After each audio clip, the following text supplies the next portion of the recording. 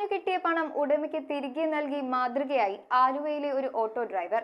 റോഡിൽ നിന്നും കണ്ടുകിട്ടിയ പണം ഉടനെ പോലീസിനെ ഏൽപ്പിക്കുകയായിരുന്നു ഓട്ടോ ഡ്രൈവറായ പ്രസാദ്. പെൻഷൻ വാങ്ങി തിരികെ വരുന്ന വഴി ആലുവ സ്വദേശി രാജന്റെ കയ്യിൽ നിന്നുമാണ് 40,000 രൂപയോളം നഷ്ടപ്പെട്ടത്.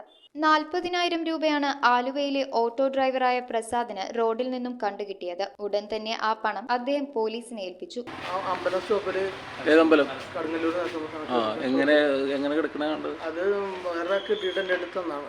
പെൻഷൻ വാങ്ങി വരുന്ന വഴി ആലുവ സ്വദേശി രാജന്റെ കയ്യിൽ നിന്നുമാണ് 40,000 രൂപ നഷ്ടപ്പെട്ടത്. പിന്നീട് അദ്ദേഹം പോലീസിൽ പരാതി നൽകിയിരുന്നു.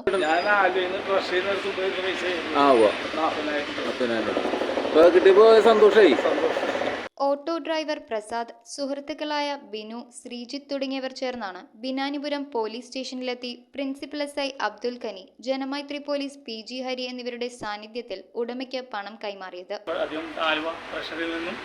വിഡ്രോ ചെയ്ത പൈസയാണെന്നാണ് അറിയിച്ചത്.